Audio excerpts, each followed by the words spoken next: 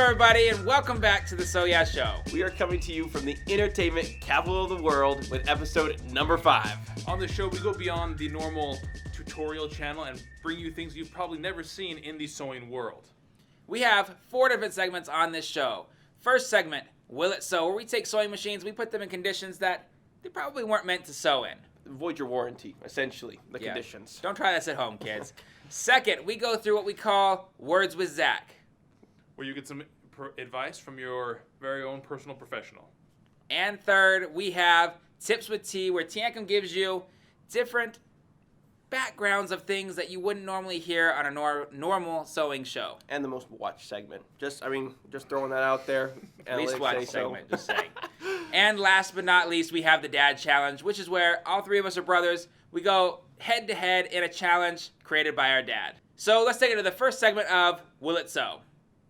What's up, everybody? We are back here in Bear Valley, Utah. As you can see, there's still snow on the ground. It's still cold. Last time we were out here, we shot a machine with a 308 as well as a 50 cal, and we know that they will sew after being shot. With bullet holes. With bullet holes. So in this Will It Sew episode, we're going to see if this machine will sew after an explosion. Now, the idea behind this is something that we took from our childhood. So the idea here is you take a tin can and open it up, obviously, and then you drill a little hole in the other end of it. Take that can, put it down into a little bit of water, just to seal around the edge there. And then take a firecracker and push that down into the top of the can. Oops. Now what this is going to do is the water down at the base here creates a seal. And when that firecracker goes off, all of the pressure of the explosion is going to try to escape. Because that sill around the bottom is the weakest point, it's going to break that sill and force the can up into the air, just like this.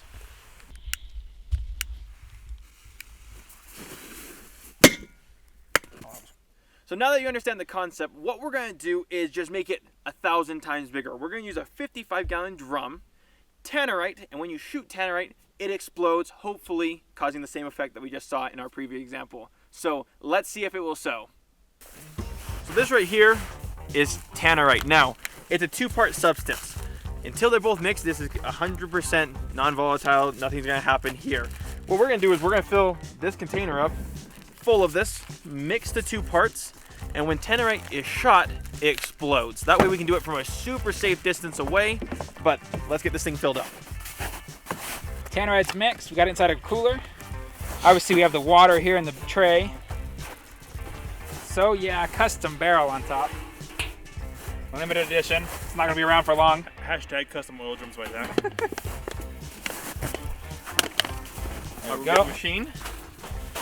We're going to put a piece of plywood over the top just for a little extra protection when this thing takes off. And finally, boom.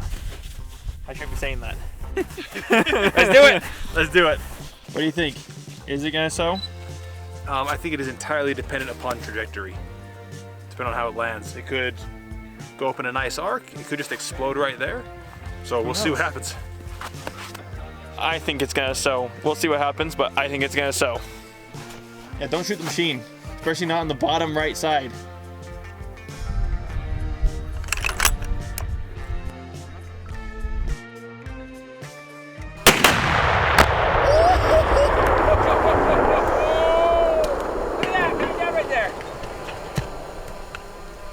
That was incredible. Look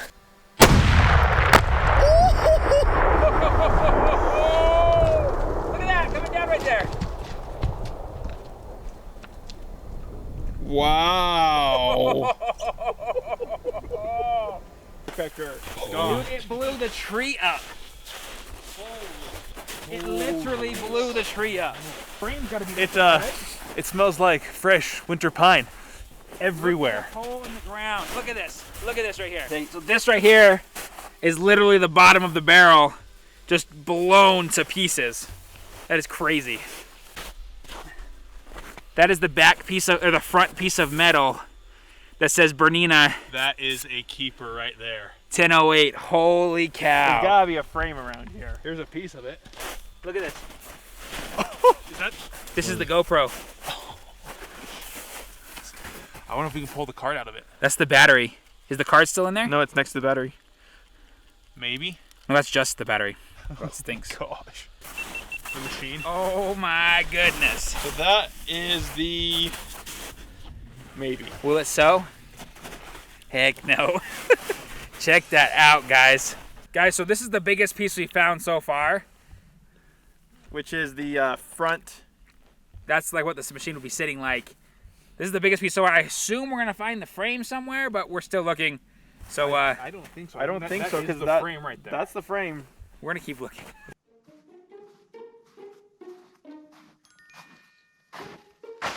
There's literally nothing left. We're playing Where's Waldo? You said Waldo's in 1,000 pieces, and There is literally nothing left. Like, we can't even find a piece of the barrel bigger than a foot, square foot. well, I'm looking here.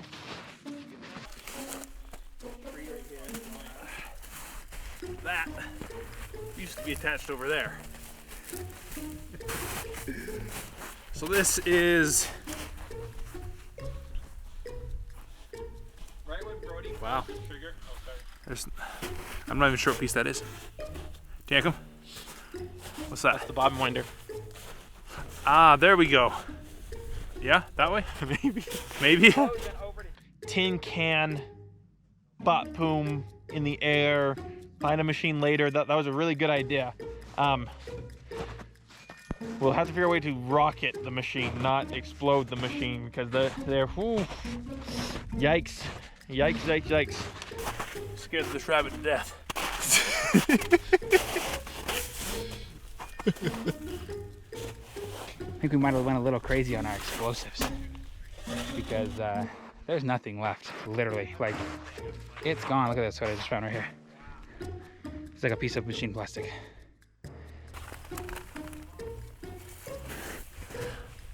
There's a nice piece. This is the side of the sewing machine head. So the needle would have been like about there. We walk around for probably 30 minutes, maybe 40 minutes. And this is literally all that we can find of that 55-gallon drum, the 1.5-inch sheet of plywood, the machine. Look at this. That was the top. That was the top of the barrel. Yeah. And the got cooler. Like, we literally can't find anything else. We lost one GoPro. Two GoPros. So this one right here, there was a GoPro inside of here, and this case exploded off the top of the machine. And then there's one more. Let me grab it right here. One more GoPro right here. Which was probably In a bazillion 15 feet pieces. back, 15 feet back from the barrel.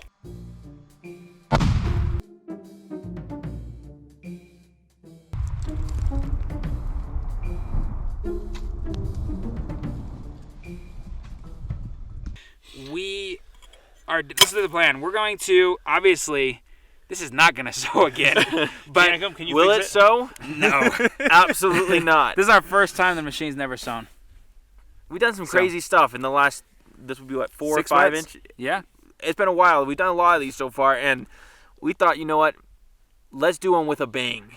Literally. So it's like try and keep, but you can only push something so far. So what we're going to have to do is in the springtime, we're going to come up here when the snow melts and come up with 10 people and walk a line and literally see if we can find, there's a camera card that we're missing that hopefully we might be able to find. There's a GoPro we're missing. And maybe another piece of the machine, but I'm hopeful that the GoPro that was on top of the machine, the one that's from where that case was, if there it is. Here. If this case is intact, it looks like it Latch cracked is right broken. here and the latch came off. So if that took the brunt of it, then it's possible that we'll find that GoPro in the spring, and they're waterproof. So Not those ones. oh, I guess that's true. The card will Well, be okay though. Hopefully the card will be okay. I was just gonna say if they're waterproof, the card will be okay. But hopefully we can get some footage off it if we can find it. So thanks for joining us. We'll see you next time. And by the way, it will not sew.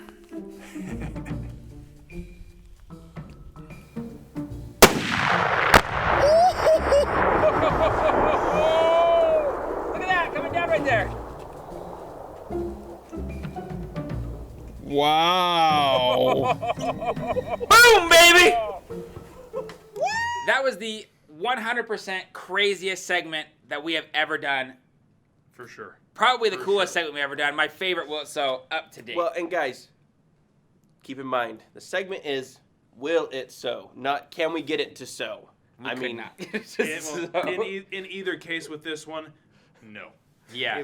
It will not, it cannot. Talk about a crazy experience. You see, like, on the movies when they're like standing there and you see like the wave of like an explosion come by. You could literally feel that after shooting. We shot it, it hit, and then it exploded, and you could feel like the whoosh coming back as it exploded. So cool. I thought it was going to sew, obviously before we saw it. I thought it was going to sew. You know, Zach explained the whole can idea. Shoot it up in the air. There was an 1.1 inch sheet of plywood on top. I thought it was going to be like, you know what, it's going to be a big bang. It's going to come down. It might be a little twisted. Not even close. Just put that in like a vise, untwist it a little bit, call it good, but no. Did you think it was going to sew afterwards? No. I mean, before the wreckage, before obviously. the afterwards. Well, yeah. I thought it was going to sew. Next time we need a catapult or something like that, so we can see if it will sew after a long distance of falling or something like that. But will it sew? When nothing falls out of the sky? That doesn't work. I didn't think it was going to. I mean, I was 95% confident it was not going to sew. I thought it was just going to get blown to pieces, but we had That's exactly what happened. Blown to pieces. Well, we had the plywood on top, and I thought maybe it'll just pitch it up in the air, but no. But when the tree was gone, we walked up next to it, gone. We knew that was not going to happen. Yeah. Guys, as always, let us know what you want to see in these segments. Will it sew in the Bahamas? Will it sew? Whatever the segment is, comment down below and let us know what you want to see. Tannerite was one that people said, will it sew after an explosion? One that we obviously saw in the comments and said, we said, yes, we want to try that. So, guys, let us know what you want to see. And without... New segment, Sew Factor. No, thank you. No, thank you. Without further ado, send it over to Zach in Words with Zach.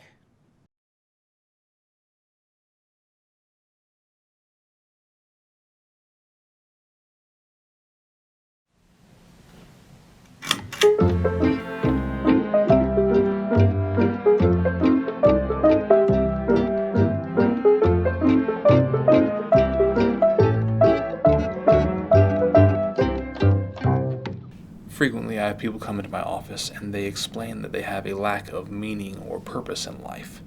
Now, meaning can be found in a lot of different ways and in a lot of different things. Some people find meaning in religion, in family relationships, in a career, or in a hobby or pastime. I typically like to ask the person what it is that is meaningful or that they enjoy in the present, and then build upon things from there.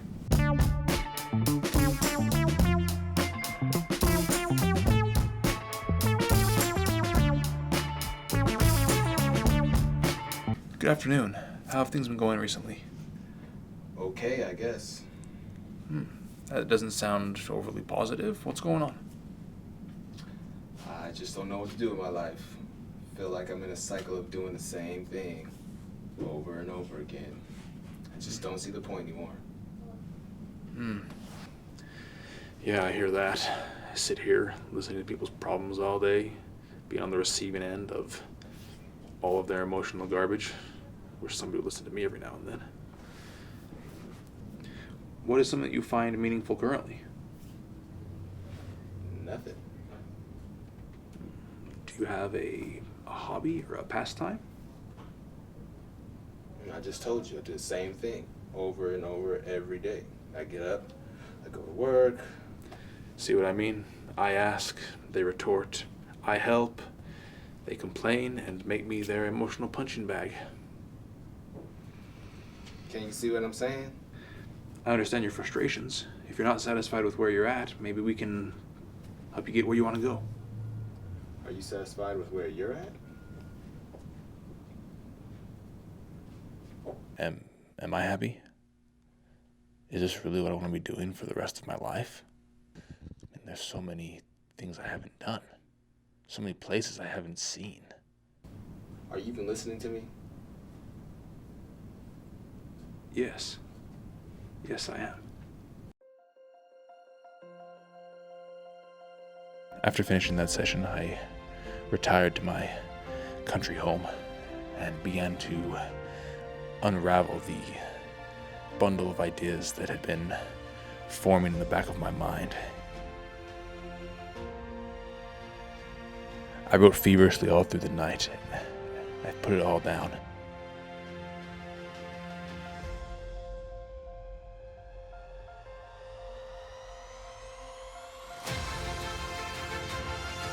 As the dawn broke the next morning, I found myself filled with the hope of a bright, new, glimmering future.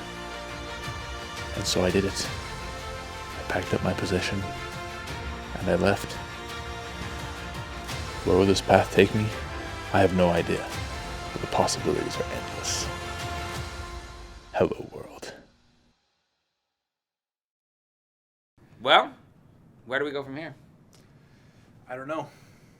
That's part of the adventure.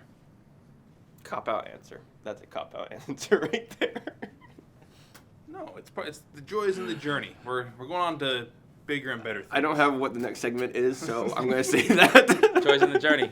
Joys in the journey. Speaking of the joy being in the journey, Tango's going to take us on a journey through our next segment, which is the origins of cotton. What's up, everybody? Welcome to Tips with T. In today's episode, we are going to talk a little bit more about cotton. Let's do it. So the very first thing that we need to understand is, what is cotton? Cotton is a plant, it's a natural fiber, and it is grown in most countries around the world. However, there are some leading producers in cotton. The very first one will be India, who produces 40% of cotton in the world. They are the heavy hitter in this category. A close second is China, and third is the United States. So essentially speaking, there are 4 different types of cotton. Now, if you Google it, there's millions of different ones out there of where they're grown, how they're grown, can change the species and all that kind of stuff. But generally speaking, there are 4 categories of cotton. Here are the 4. Starting with the first one, or we're going to use the nicknames here, they're a lot easier. Upland cotton is grown here in the United States. It's the staple cotton here in the USA. It's our bread and butter. The next one in our category is the extra long staple cotton. Falls into the category as well of Egyptian cottons, which essentially speaking, the cotton itself grows a little bit longer. That's the big differences between the cottons there. The third one is Indian cotton. Now, this cotton, like I said at the very beginning, 40% of all cotton that's grown in the world comes from India. This is the cotton that they use there. It grows the best there, and it's native to that country.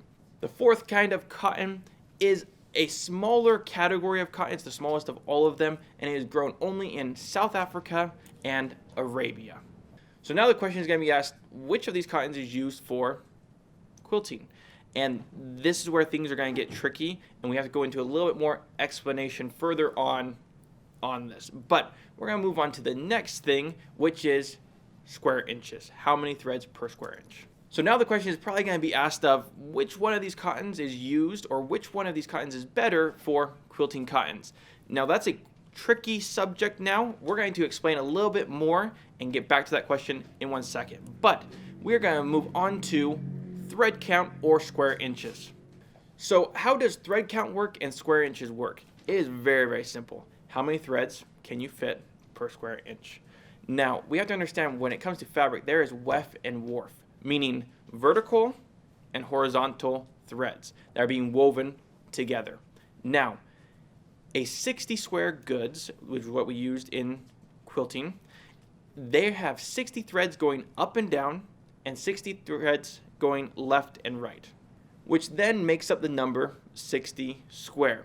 So for instance, if we say 40 square, that means 40 threads going vertically and horizontally. Pretty simple math here. But this is where things start getting a little bit more tricky because we throw out square inches all the time. But that has absolutely nothing to do with the quality or how soft or how nice. That has nothing to do with it. It's just a way of measuring how many threads are in every inch. I've got a good example for you. Quilting cotton is 60 square, which means 60 threads going both vertically and horizontally. If we go into the bedsheet world, if you buy a 120 by 120 or 120 square bedsheet, it is normally rough and itchy, although it's double the amount of thread of quilting cotton, because really it has to do with the quality of the cotton itself. And on that note, let's talk a little bit more about cotton. Which cotton is used in this industry? And the real answer to it is so many different kinds of cotton are used to make quilting cotton. But it's only the best of each species of cotton. For instance, let's use something that I think everyone can relate to is the meat industry. You can go and buy ground beef for $1, $2 a pound, and you can buy au jus beef for hundreds of dollars a pound, and they're both cow. Makes sense for what I'm saying? Same thing with cotton. You can buy bottom of the barrel, not that great quality of cotton, and you can buy premium cotton, and it's the same species of plant. Now, how do you get such different levels of quality in the same species of plant? It's very, very simple. Cotton relies on its surrounding area to how good it will be produced. For instance, just like everyone would probably know, if you stop watering a plant, it doesn't grow very well or it will die. If you don't give it the right amount of sunlight, it will either have smaller leaves and be a smaller plant, or with excess sunlight, you can burn them. There's a lot of different things that go on into securing a really good yield of cotton. Once all the yields are produced, that's when quilting cotton is then produced with it. They say, this is a good yield and this is a good yield. We're going to send that off to be produced as quilting cotton. That means quilting cotton is made from cotton from all over the world. You can buy a bolt of fabric that the cotton was grown here in the USA. You can buy a bolt that is grown in South Korea or in Japan, China, anywhere that is producing cotton, as long as it meets the qualifications of being a premium cotton, which we have labeled in our industry quilting cotton. Now let's talk about the difference between a lower quality cotton and a premium cotton. It's very, very simple. Premium cottons can take dye better. They can also be softer. Not only that, they will always outlast a lower quality cotton. What I mean here is, let's say you make a quilt, and as some of us may know, quilting is not a quick and easy process. Most of the time it takes quite a few hours, sometimes hundreds of hours. You want that to last as long as possible. If you make a quilt that took you, let's say 100 hours, with a lower quality cotton fabric, the chances of it living on for 100 years, 200 years is very slim. As opposed to when you buy the premium cotton, it will literally last hundreds of years. There are quilt museums that have quilts way past the 100-year mark in age. Then there is cotton, which we refer to as crafter's cotton, or not as good quality of cotton. This is great for a lot of things. For instance, let's say you want to make a hair tie, you're going to use it for the 4th of July, and that's that. Go ahead, grab some crafter's cotton, and use it. It's good for what it's designed to be used for. Maybe you want to make a table topper or a tablecloth for an event that you're only going to do once. Use that kind of cotton. It is good for that. It's not going to last forever. You have to be mindful of that, but nor is it designed to.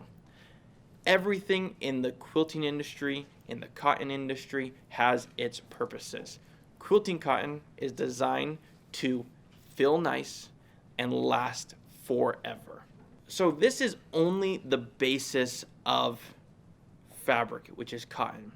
As far as all the other processes, we're not going to get through all that in today's episode, but just know that when you have a premium good like quilter's cotton, they take pride in making sure it's the premium dyes, the premium designs, and premium designers to make sure you have a amazing product that will last forever. That's the key note there, forever. And guys, like you always know, I can go on and on and on about this stuff, but I hope that everyone learns something new and has a little bit more information when they go into their local quilt store to buy their fabric, that they know how long this is actually designed to last. And maybe you need something for an event, a one-time thing, and you want to check out some of that crafter's cotton. But rest assured, here at Sew Yeah Quilting, we only sell quilter's cotton, the best of the best. I'm going to send this back on over to my brothers, back at the set. Thank you, Tanko, for another insightful Tips with T. You're welcome. It's really amazing how much information that head of yours contains. That was horrible. Blow him up in the chat or in the description below, guys. Like that was a new dad joke king here. And if you stretch it so far, like there's a limit to dad jokes. What's the limit to dad jokes? Like, I don't know. You don't have a dad joke to come back with that. That would put Zach at the champion of the dad joke. You know what you call a dad joke that gets too old? A parent. A grandpa joke. Moving on. Well, this is going downhill fast. But our next segment is not. We're going to jump over to the Dad Challenge, one of my personal favorite segments, where we, again, go head-to-head in a challenge created by our dad. Let's take it to the shop.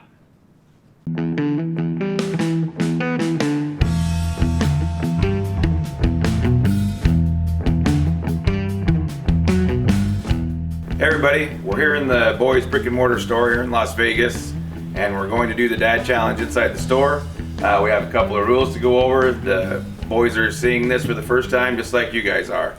We're going to be sewing any block that you want to sew, quilting block, any size you want to sew it, and it's going to be judged on, obviously, creativity, difficulty, and what else? Accuracy. So, as they're going along in the store, they're going to be able to use anything they want in the store to do this competition, except for anything that sews by a sewing machine, except for this. It's a handheld sewing machine that they have to open up, read about, put batteries in, whatever it takes to make this project happen. So we're gonna get these guys suited up with their cameras so you can get a better view of what they're doing, and let's get started. Okay. All right, everybody, we're gonna get boys have their cameras on so you can get a better view.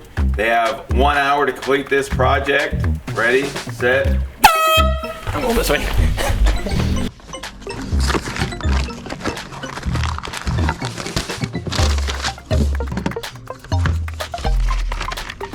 Really?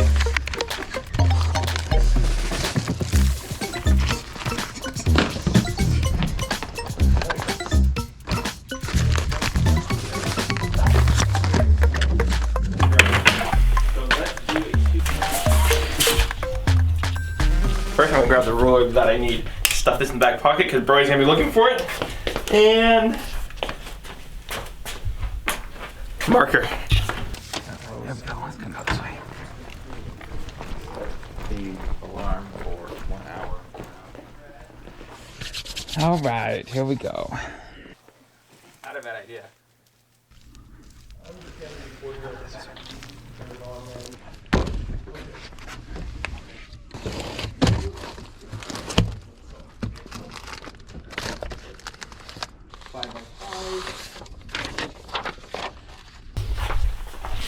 Got some grungy grunge here.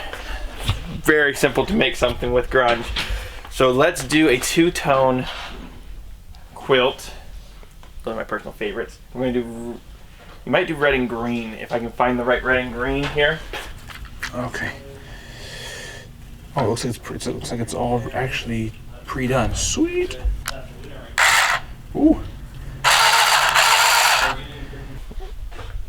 I mean, I would say that's the winner right there. That's pretty. Burgundy and Christmas green. What do you know? Let's keep going. Okay, there's gotta be a bobbin in here somewhere, right? Or is there not?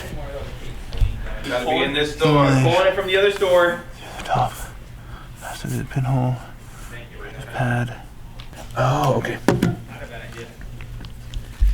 I'm just getting a quarter yard. As always, Brody's trying to cheat the system. He's got looking through the patterns to see if he can't get it.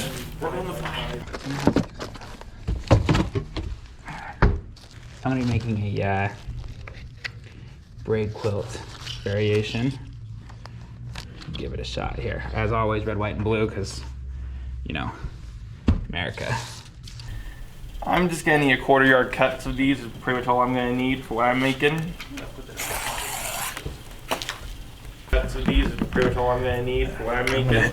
I'll put that in my pocket so nobody steals it. Okay. Let's go this way. Actually, let's go. I don't know what to do. Let's go to the sewing room.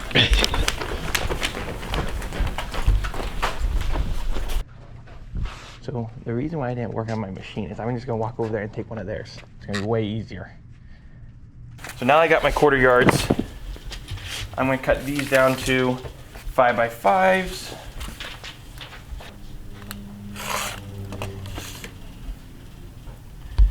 I'll need a total of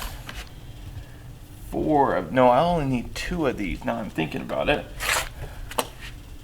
Leave that for the scrap piles, or scrap bags, if you know what I'm talking about there. Alright, so I'm gonna get a couple of blues, couple of whites, a couple of reds, and hopefully making this into a pillar or something. We're gonna see how time permits. So I actually have a YouTube video on this. It's a good one, nice and simple. Hoping you pull a little project out of it. We're gonna see. 4.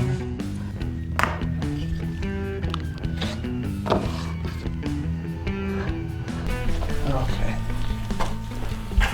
Cell room.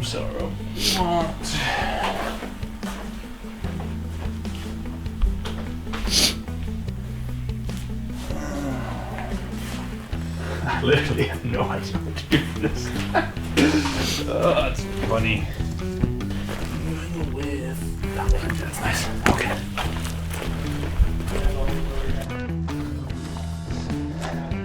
My man is working on the fly.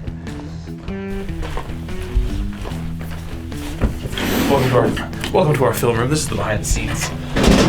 The behind the scenes shot. But we've got the cutting mat and tools and everything all in one place. So hopefully this will work.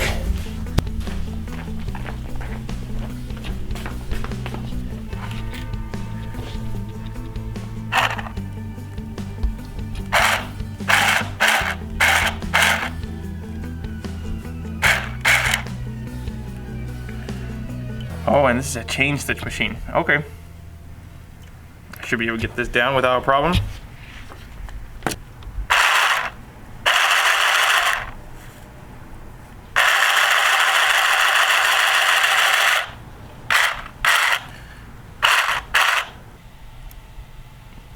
Okay, so from here.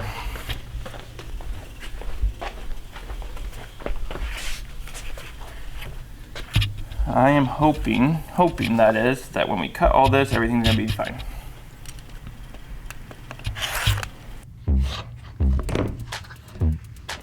All right, we're ready to sew.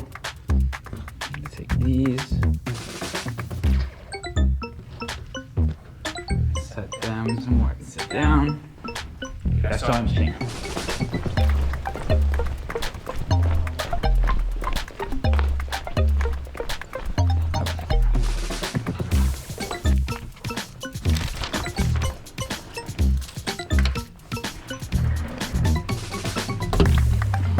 Okay. All right.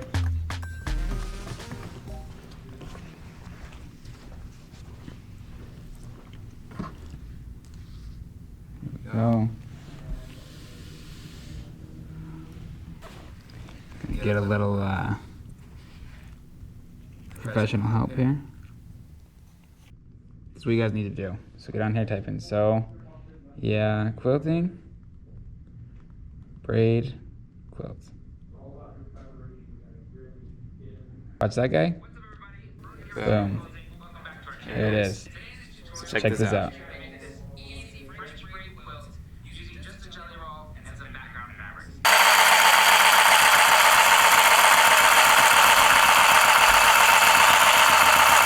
So the instructions said you have to tie a knot in the end of the string, which makes sense because it looks like this is just slip knotted, if that's a word.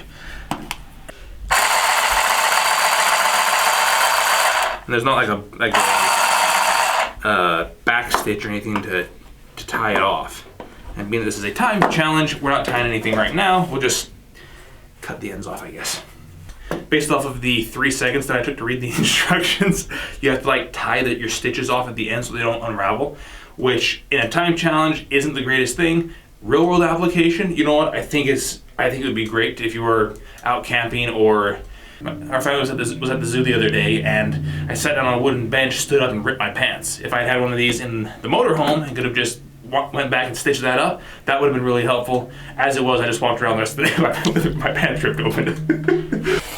So my original plan was to do an applique, but given the time, I don't know if that's gonna happen. So we're just gonna wing it and see what we can come up with.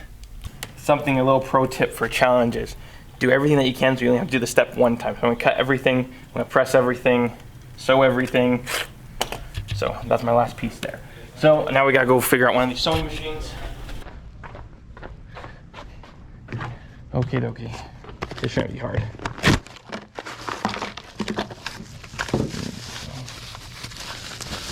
Oh, even better, they're pre-set up. How about that? No wonder how they got these going so fast. But they do need batteries, is what it looks like. I bet you somebody stole the batteries. They did. Who took the batteries? It was you, wasn't it? The what? The batteries? No, I see you're kind of looking like you're cheating over here. Yeah, you did.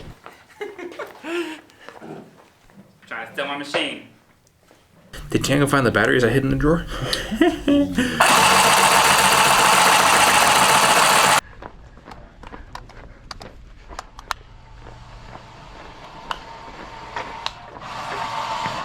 took the path to the batteries? Huh? Who took the batteries? Path nowhere.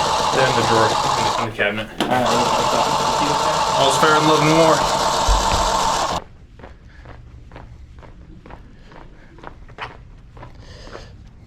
let's see here.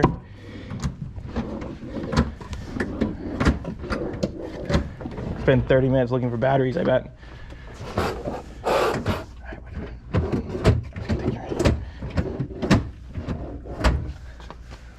You know how many drawers there are here? We got like hundreds of drawers.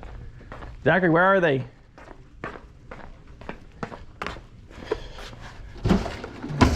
I think we keep a reserve of them over here. I don't remember though.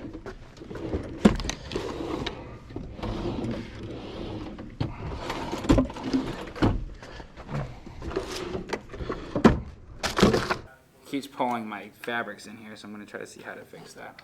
I wonder if I can just kind of bend that up. There we go. See if that helps.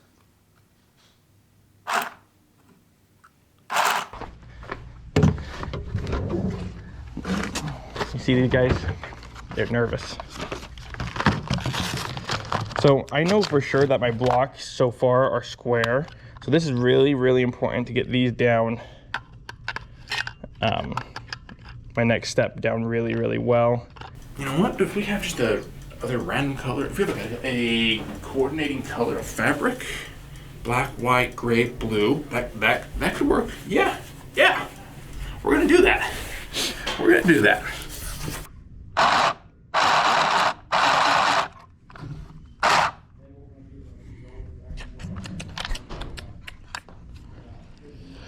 All right, let's see how we're gonna fix this.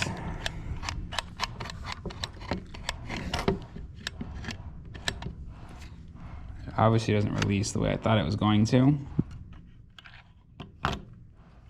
We need to keep the pressure down.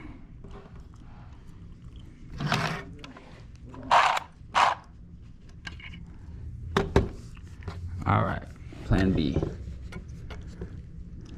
Just gotta come up with what plan B is. So this piece, Yeah, what's wrong with it? it's loose. Look at yours. What piece? This piece? Yeah. Push yours down. See what I'm saying? Knock of the door. I went to bend it up and it just broke. Keep your scissors good, guys. All right, let's see. So we can use anything in the store, just not a sewing machine, right?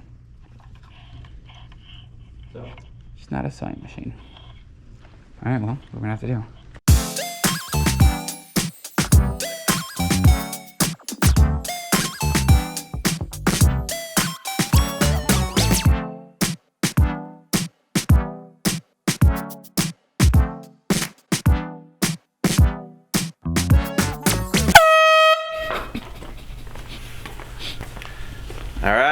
Let's have them. Get them on the table.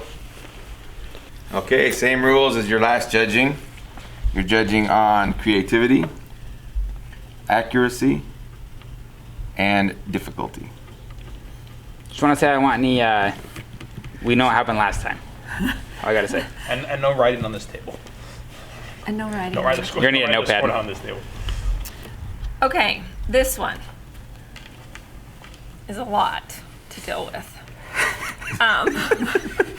This is really a lot to deal with. Take in. I need to sit down. It is. It would, It is. it would win the hot pad competition. It would. Okay. Difficulty, only a 2. Creativity,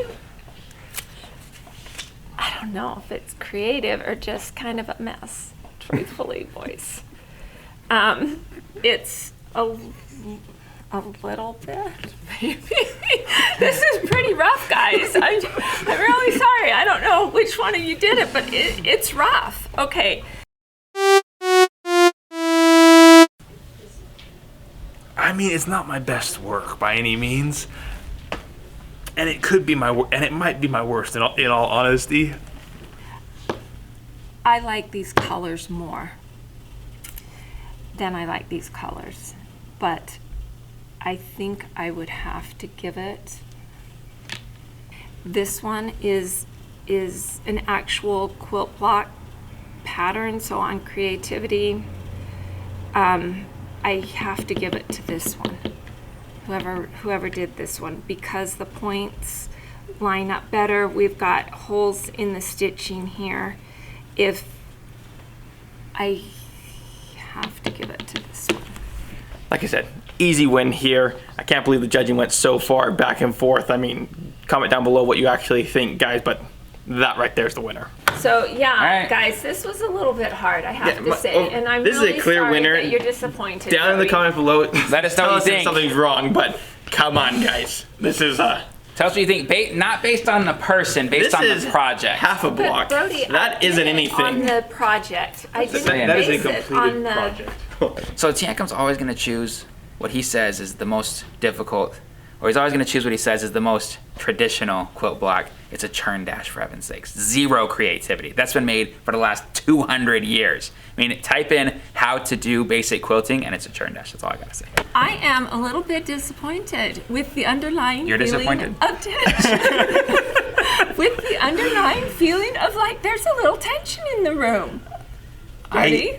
I just think we should record what Dad says, It's and you recorded. get based off of that, because She should see the beginning of the Because video. I walk That'd in work good. and Yeah, then it all of a would. sudden I'm supposed to judge something that Brody clearly feels like he should have won. What do you think is the real question?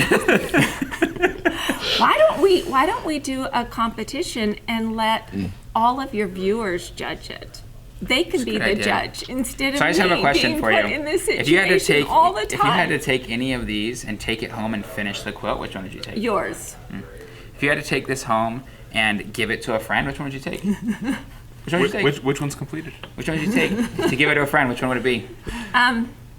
Probably yours. which one? If you wouldn't choose any of the, if you only had to pick one fabric that you would use out of any of these, which one would it be? It would be this one. If you would never, ever, ever pick one of these fabrics to use in a quilt, which one would it be? It would be this one. The burgundy? Well, you guys decide. Okay, We're gonna well, have a mom challenge. Mom challenge. Each of our moms. I think are it'll gonna be each one of their moms will have to be challenged. Each one of your personalities compete against the other. okay. It depends on which that would personality she is that day to see what the challenge would be. It would probably have to be who could treat the dad the very best There for a you week. go. Yeah, that's it, guys. I'm gonna take the belt, and we're gonna meet you back over there.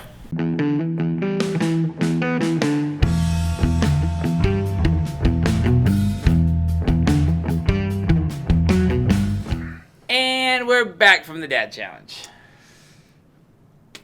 Yes. It is what it is. You win some, you lose some. So, Tiankum, That's all the applause you're getting. Put some more applause in there. Would be great for me. I'll just take that over here. Nicely Two-time winner. So we're tied. Finally catching up. We're tied. We're tied as of right now. And I'm back where I was. I'm comfortable. I'm good. You know, but next time I'm gonna go for back to back. Just saying. As always, guys, just like our last video, let us know down below what you think. Because last time it was a little controversial in the chat, but just let us know what you think. All right, everybody, that is the end of our show today.